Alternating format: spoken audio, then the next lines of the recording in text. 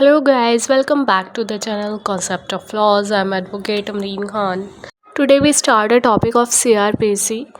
Trial Before a Code of Session. तो इस video में हम कवर करने वाले हैं सेक्शन 225 से सेक्शन 237 तक। तो पहले हम इससे रिलेटेड जो जनरल प्रोविजंस हैं, कुछ जो सेक्शंस हैं जो कि इससे रिलेट करते हैं, तो उसको अब हम कवर कर लेते हैं।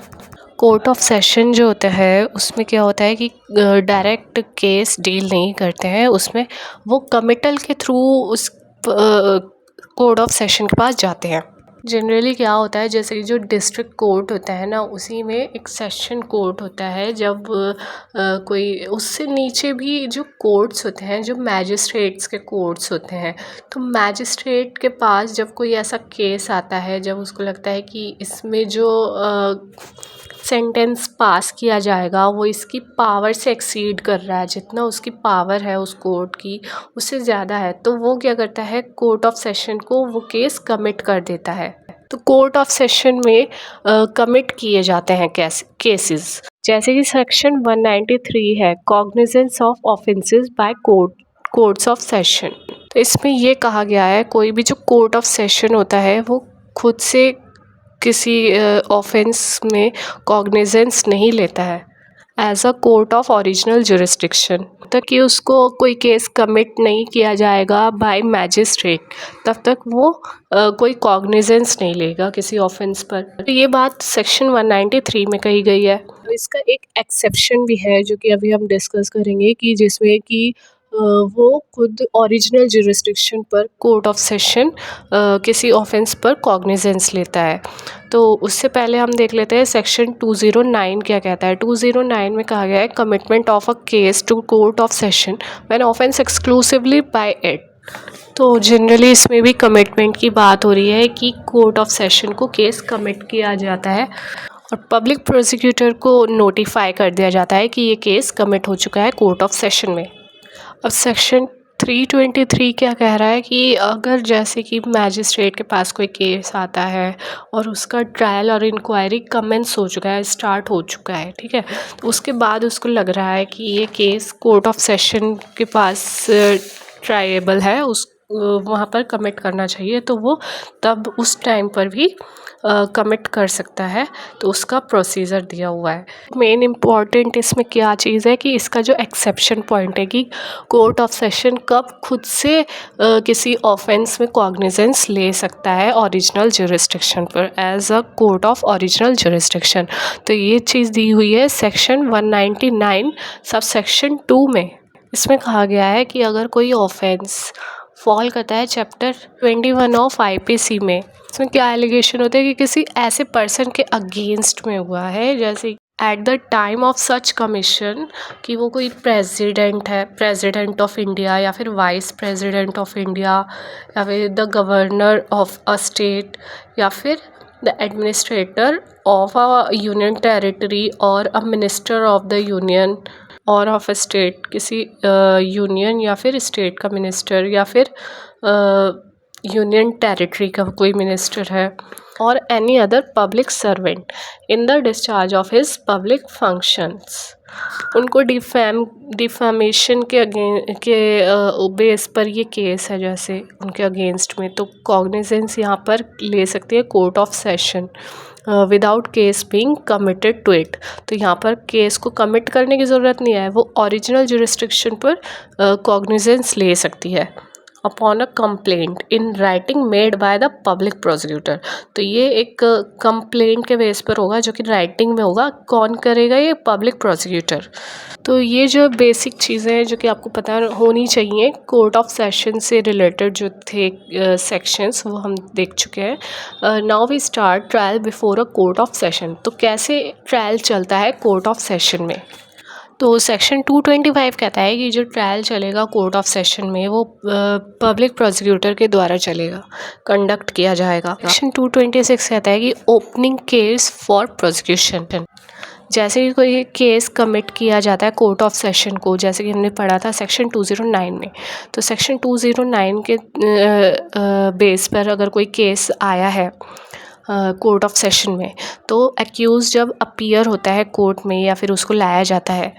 तो जो प्रोसिक्यूटर होगा वो अपने केस को ओपन करेगा बाय डिस्क्राइबिंग द चार्ज, जो कि उसने चार्ज एक्यूज्ड के अगेंस्ट में लगाए हैं। वो इस चीज़ को भी स्टेट करेगा कि कौन से वो एविडेंस है जो एक्यूज्ड के गिल्ट को प्रूव करते हैं। ये हम बैरेक्ट रीड कर रहे हैं, बैरेक्ट में जो ये सेक्शंस दिए हैं हम उसकी रिवीजन कर रहे हैं, हम उसको रीड कर रहे हैं। सेक्शन 227 क्या कहता है, डिस्चार्ज की बात करता है। If upon consideration of the record of the case and the document, मतलब कि जब जो कि सबमिट किए गए हैं उनको समझने के बाद और जो एक्यूज्ड को और प्रोसिक्यूशन को सुनने के बाद, तो जज को यहाँ पर लगता है कि अगर जज को लगता है कि यहाँ पर कुछ सफिशिएंट ग्राउंड्स नहीं बन रहे हैं प्रोसीडिंग के एक्यूज्ड के अगेंस्ट में, तो वो क्या करेगा, एक्यूज्ड को डिस्चार्ज कर देगा और इस चीज़ को रिकॉर्ड करते हुए रीज़न को रिकॉर्ड कर लेगा। सेक्शन 228 क्या कह रहा है कि framing of charge, if after such consideration और हेयरिंग एज अफोरसेड, जैसे कि हमने पहले पढ़ा अभी कि ये सब प्रोसिक्यूशन और एक्यूज्ड को सुनने के बाद, एविडेंस और डॉक्यूमेंट्स को कंसीडर करने के बाद अगर जज को लगता है कि यहाँ पर कुछ ग्राउंड्स ऐसे बन रहे हैं जो कि प्रिज्यूम कर रहे हैं कि हाँ कि एक्यूज्ड पर्सन ने कोई ऑफेंस कमिट किया है, is not exclusively tribal by the court of session, तो ये कोर्ट ऑफ सेशन के लिए ट्राइबल नहीं है, इसके द्वारा ट्राई नहीं किया जाएगा। तो ये क्या कर सकते हैं, frame a charge against the accused के अगेंस्ट में चार्ज फ्रेम किया जाएगा और केस के ट्रांसफ़र के लिए ऑर्डर कर दिया जाएगा चीफ जुडिशियल मैजिस्ट्रेट को या फिर कोई judicial magistrate of the first class, ठीक है, और उसी हिसाब से एक्यूज्ड को डायरेक्ट कर दिया जाएगा अपीयर होने के लिए before the chief judicial magistrate. Date fix कर दी जाएगी कि उस डेट पर आपको वहाँ अपीयर होना है। जहाँ पर अगर कोई जज चार्ज फ्रेम करता है, इस चीज़ के बारे में दिया हुआ है क्लोज बी में कि चार्ज जो फ्रेम किया जाएगा वो राइटिंग में होगा और चार्ज को पढ़कर सुनाया जाएगा एक्यूज्ड को, उसको एक्सप्लेन किया जाएगा कि इस ऑफेंस में इस सेक्शन में आपको चार्ज लगे हैं, और उससे पूछा जाएगा weather he pleads guilty of an offence of the offence, जो कि उस पर चार्ज लगे हैं, क्या वो उस पर अपना गिल्ट मान रहा है या फिर वो ट्राई करना चाहता है, ट्रायल के थ्रू गुजरना चाहता है। सेक्शन 229 में दिया है conviction on plea of guilty, जब अगर एक्यूज्ड अपना गिल्ट मान लेता है तो जज उसकी इस प्ली को रिकॉर्ड कर लेते हैं और क्या करते हैं कि अपनी उनकी डिस्क्रिशन पर है कि वो उसको कन्विक्ट कर दे, ये उनकी डिस्क्रिशन पर है। सेक्शन 230 कहता है डेट फॉर प्रोसिक्यूशन एविडेंस, अगर एक्यूज ने प्लीड करने से मना कर दिया है और वो प्लीड नहीं करता है तो ज़रूरी नहीं है कि वो कन्विक्ट कर दिया जाएगा, जैसे कि अभी हमने 229 में पढ़ा कि ये तो कोर्ट के डिस्क्रिशन पर है। तो ऐसा भी हो सकता है कि कोर्ट उसको कन्विक्ट ना करे, जज क्या करेगा फिर फिक्स करेगा एक डेट कि विटनेस के एग्ज़ामिनेशन की, और प्रोसिक्यूशन की एप्लीकेशन पर एक प्रोसेस भी इशू कर सकता है कि विटनेसेस की अटेंडेंस को कंपेल करने के लिए विटनेस को बुलाया जाए किसी डॉक्यूमेंट को प्रोड्यूस करने के लिए या फिर अदर थिंग। सेक्शन 231 में दिया हुआ है एविडेंस फॉर प्रोसिक्यूशन, तो जो डेट फिक्स की गई है तो जज क्या करेंगे कि उस पर प्रोसीड करेंगे कि प्रोसिक्यूशन के सपोर्ट में जो भी एविडेंसेस प्रोड्यूस किए गए हैं उसको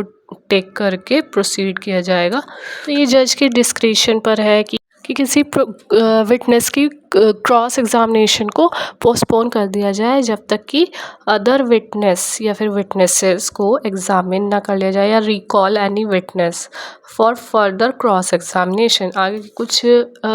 विटनेसेस को बुलाया जाए फर्दर क्रॉस एग्जामिनेशन के लिए। सेक्शन 232 कहता है acquittal, if after taking the evidence for the prosecution के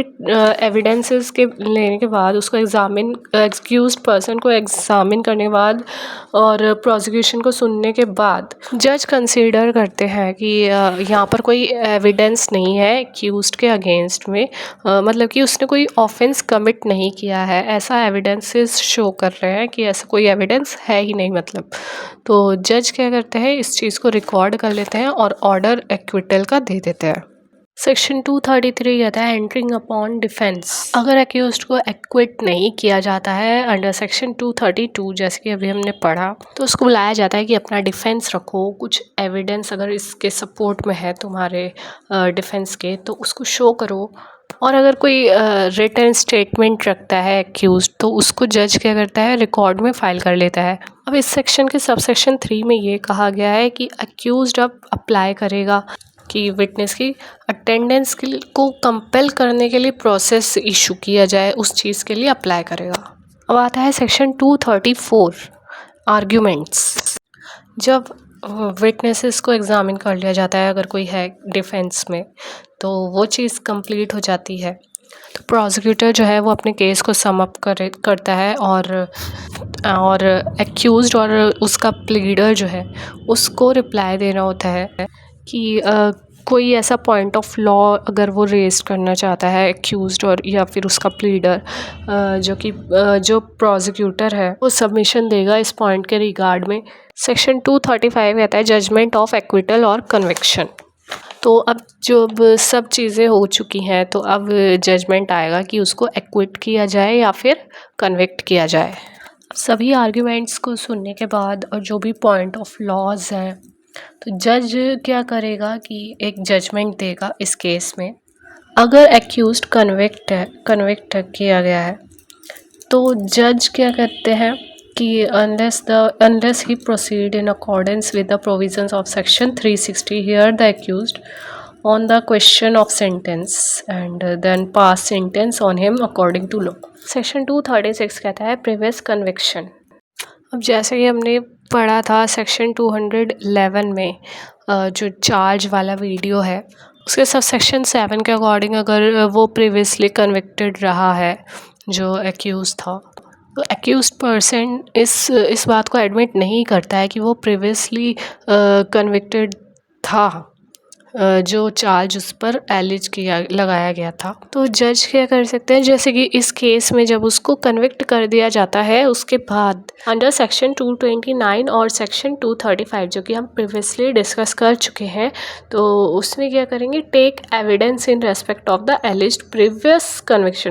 कन्विक्शन के ऊपर एविडेंस लिए जाएंगे और उस चीज़ को रिकॉर्ड किया जाएगा जो भी चीज़ उसमें हमें मिली है। इसका प्रोविज़न ये कहता है कि कोई भी जो प्रीवियसली चार्ज इस पर लगे थे वो प्रीवियसली कन्विक्टेड रहा है, उस चीज़ के बारे में वो चीज़ उस रीड नहीं की जाएगी जज के द्वारा और ना ही वो चीज़ एक्यूज से पूछी जाएगी कि उस चीज़ पर तुम प्लीड करोगे और ना ही प्रोसिक्यूशन के द्वारा प्रीवियस कन्विक्शन को रेफ़र किया जाएगा जब तक ये एक्यूज्ड कन्विक्ट नहीं हो जाता अंडर सेक्शन 229 और सेक्शन 235। सेक्शन 237 में क्या दिया हुआ है, प्रोसीजर दिया हुआ है कि जो केस इंस्टीट्यूट किए जाते हैं अंडर सेक्शन 199 सब सेक्शन 2 में। इसमें क्या होता है कि कोर्ट ऑफ सेशन खुद से कॉग्निजेंस ले सकती है, जैसे कि हमने इसके एक्सेप्शन की स्टार्टिंग में ही बात की थी सेक्शन 199 के सब सेक्शन 2 की, और किस तरह से इसमें केस को ट्राई किया जाएगा। जैसे कि वारंट केस इंस्टीट्यूट होता है otherwise than on a police report, मतलब कि पुलिस रिपोर्ट से अदर, जैसे कि कोई कंप्लेंट के बेस पर before a court of magistrate, इस टाइप से केस इंस्टीट्यूट किया जाएगा। तो आज की वीडियो में इतना ही, तो मिलते हैं नेक्स्ट वीडियो में, तब तक के लिए बाय, टेक केयर।